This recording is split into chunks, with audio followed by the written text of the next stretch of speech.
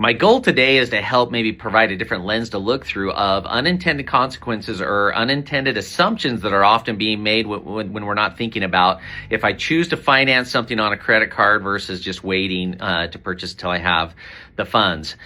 So let's say, I'm going to use the example today. Let's say you want to buy a new TV. It's $3,000 and you don't have the cash reserves to be able to do that or the monthly cash flow to be able to do that. And so you look at it and say, well, here's a conversation that often goes on. Well, I've got a bonus coming up in 6 or 7 months. And so I'll just go ahead and finance it today. I'll pay it off when I get my bonus, or I'm getting a pay raise in a couple of months. Let's go ahead and grab it today and I'll pay it off then. Well, that assumption, if you really think about it, if you're putting it at 28%, the assumption is that your income is going to go up by 28% just to break even. Because if you don't have the cash flow today to be able to do it, then that means that you're not going to have the cash flow in 2 or 3 months unless that goes up because you have added new expenses and balances into your overall cash flow management.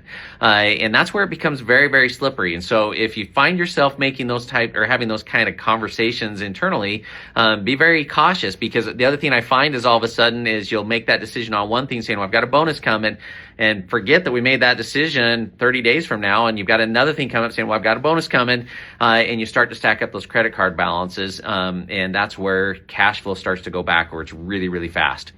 So be very cautious. Encourage you to try or to do your very best to live within your means there. And just if that's the decision, wait until you get your bonus. Don't put yourself in a defensive situation. Now, let's say that you're there and you feel like you're playing defense, that the credit card interest is just eating away at your earning power.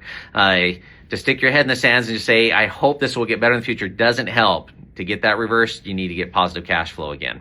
And the sooner you do it, it's a courageous decision, the more you can get back playing offense. And so, one, that's just getting onto a good old-fashioned budget and dialing that down. There are other tools and mechanisms that will help accelerate that. If you've got equity in your home, we can look at using some of that to restructure and get you to a positive cash flow. Then you can get positively going against that.